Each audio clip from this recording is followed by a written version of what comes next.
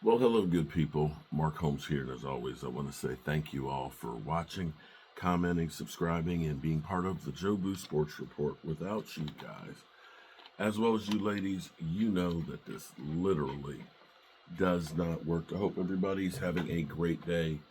It is Monday morning, and it is ugly around here. I am disgusted because I finally have to admit Dak's just not good enough. Dak's just not good enough. Dak's just not good enough to overcome a franchise of ineptitude for 30 years. That Dak Prescott has no margin for error. That he has to be 120% or more just to have a chance. The Dallas Cowboys, I believe, are the first team to score average 30 plus points a game on offense and average giving up 30 points a game. The Cowboys seem to always have you ever noticed, find ways of making history but not in the right way? We're 30 for 30. And I was reading something this morning because this is what's the worst thing. This is what bothers you the most. I want you to understand, George Pickens right now, as we sit here this morning, even though he's like 12th in receptions, is tied for the NFL lead in touchdowns with 6. Jake Ferguson, our tight end, is number 3 in catches. For the first time since Jason Witten was young in the early 2010s, we actually have a legitimate tight end that is actually playing. We have a number 2 that, dare I say, could be a number 1 on most teams that's playing lights out. 6 TDs, one more than his best season. You have a quarterback who is top 3 in every statistical category. Every one of them. He's top 3. I think Jared Goff has 14 TD passes. Dak is number 2 with 13. Has had almost 900 yards passing in the last 3 weeks. 11 TDs and 1 interception. And that's not good enough. It's not even close. With the ineptitude of this team. Blogging the Boys had something this morning that was very interesting, to say the least, on Matt Everfuss. Matt Everfuss is bad. It's just bad. And who do we have to blame for this one? You know, I thought that Brian Schottenheimer had full autonomy of hiring of the coaches, but apparently he didn't.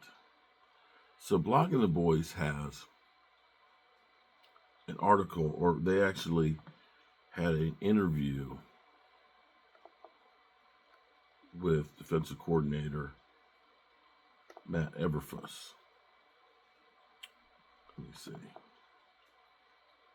We stopped the run and take the ball, like Luke Kuechly, and just boom and hit it.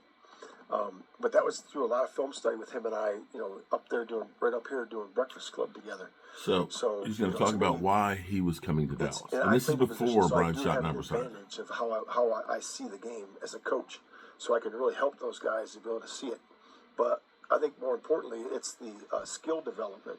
And I told the defense this before they left, and I told them in the beginning, I said, we'll be 2 things that'll be our separator. It's going to be our conditioning level and our technique. And the coaches that we brought in, and I'm a stickler on technique and the details of it, but doing it game speed and doing it fast.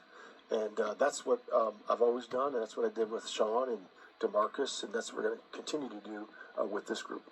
You had other offers to coach this year as a DC. Why did you decide to come back to Dallas? Yeah, that was easy for me, and again I did. But I would say number one, the Jones family, the familiarity with them. I love Mr. Jones, Stephen Jones, and the entire family to be able to come back and work with those guys. I trust them, know them, have a relationship with them, and that to me was number one. Secondly, because when I was visiting with the Cowboys at that time, I really didn't know who the head coach was going to be, because everybody was recruiting everybody during that time. And then really, to me, it was Dak Prescott. When he was a rookie, we drafted him here, and what did he go 9-1 the first 10 games? 13-3, you guys. 13-3, but I think at one point we were 9-1. But I know what's inside his heart and what kind of man he is and what kind of leader he is. So to me, that was a slam dunk. And then when I got the opportunity, when they hired Brian to meet him, and I was asking around about him because I knew he was up for the job. I got a really good couple friends that are really good friends with him. And they just said, love him. What a great football mind. What a great guy. He's going to be a great leader. And I was all in at that point. And it's exciting.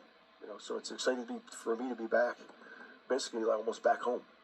And because I have a lot of good friends in the area, and it's going to be really good. It's not really good. It's not really good. And so here's what you learn from that interview is he was being interviewed before they knew who was going to be the head coach.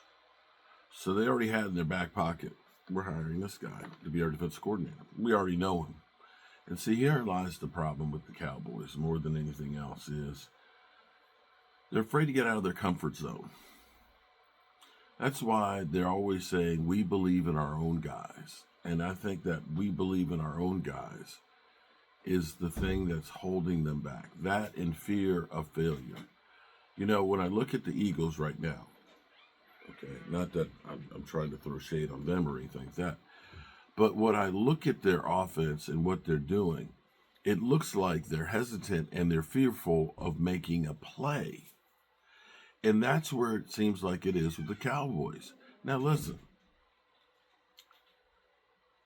the players that are actually playing, not every player that we brought in is performing well. Not in a stretch of the imagination.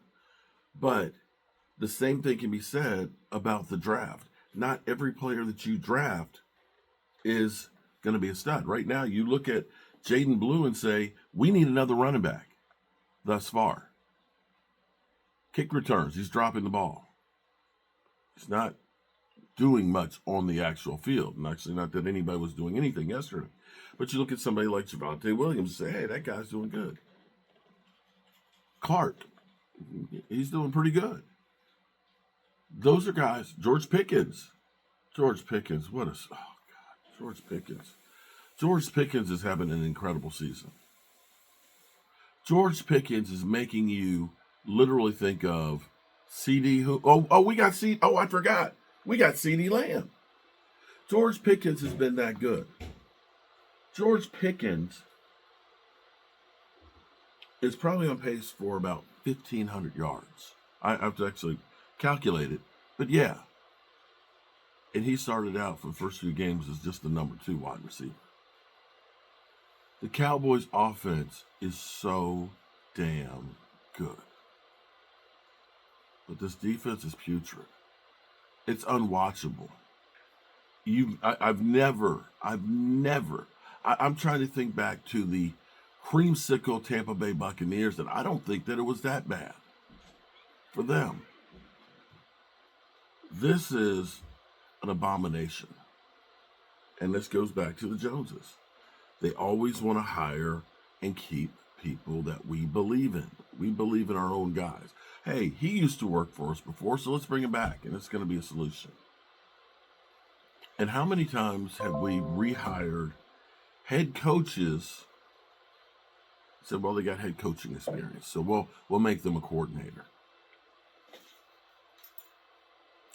And it hasn't worked. I don't know where we go from here. I honestly do not know where we go from here. But I know that when Carolina got the ball with 6 minutes and 7 seconds left to go, 6 minutes and 7 seconds to go. We never touched the football again. And you can look at it, because I know people look back and say, well, that last drive we had the football, it ended up being 3 screen passes and didn't get a first down. You can say that. But it may be because Carolina had everybody covered. Maybe that George Pickens was probably freaking tired from 168 yards of receptions. I don't know how you go into meetings on Monday and you look and you say, damn, Dak, you had 3 touchdown passes.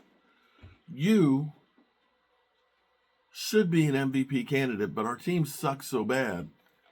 Doesn't matter. Doesn't matter.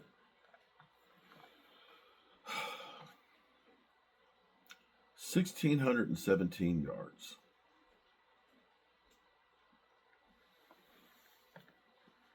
Dak Prescott is on pace to break the Dallas Cowboys' all-time single-season record in passing. Dak Prescott's on pace to break the all-time career passing.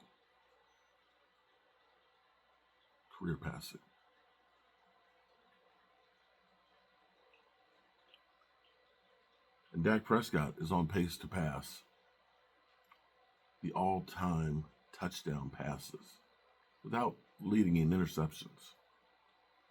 And it doesn't mean dick. Happy birthday, Jerry Jones. Now, on the flip side, a couple of other things that happened in the NFL yesterday, and I'm sorry that my computer, got to drop it off to get worked on. I'm not able to do everything that I normally do, and I'll be going back to the Red Brick House this morning after I used to work in the shop. Micah Parsons, everybody's like, the Cowboys are so stupid for getting rid of Micah Parsons. Well, Micah Parsons would help the defense. I'm not going to lie and say that he would not help the defense make him better. He would, to a point. But this defense is fundamentally just flawed. And there's too many holes. The Cowboys, in my mind, when they were going through, and I was happy about them getting Tyler Smith taken care of, getting Jake Ferguson locked down for a team-friendly deal. The one that I was I was surprised about was Duron Bland's. Because the thing that gave me pause, and I thought that they would wait until the end of the year on this one, was Duron Bland was injured for 11 games last year. He had the one great season that he was Mr. Pick Six Magnet. And right now, this season, maybe it's the coaching. Maybe it's the zone that we just have the wrong guys for Matt Everfuss.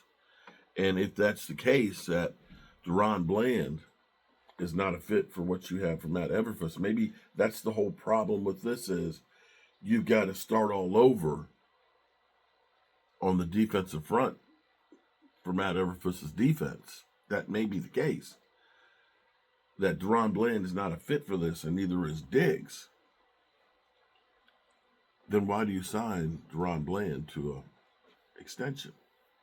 That was one that maybe you could have looked at and said, yeah, I could wait on. But the die is cast. There's not a whole lot of changing that we can do. And sadly, Cowboys offense, Dak Prescott, he's going to be great, but not great enough to overcome this defense and Jerry Jones. Tony Romo all of them, dude. It is. The Joneses have wasted another great career, and it disgusts me. So with that being said, we're out of here. And I don't know where we go. Oh, Micah? So the Cincinnati Bengals, with a 40-year-old Joe Flacco who just got there this week, that has the worst offensive line in football. The Green Bay Packers with Micah Parsons, they got 1 sack. and it wasn't Micah Parsons. He's got a lot of pressures, a whole lot of pressures. But I'm beginning to think that pressures are a nice stat, but nothing beats a good old sack.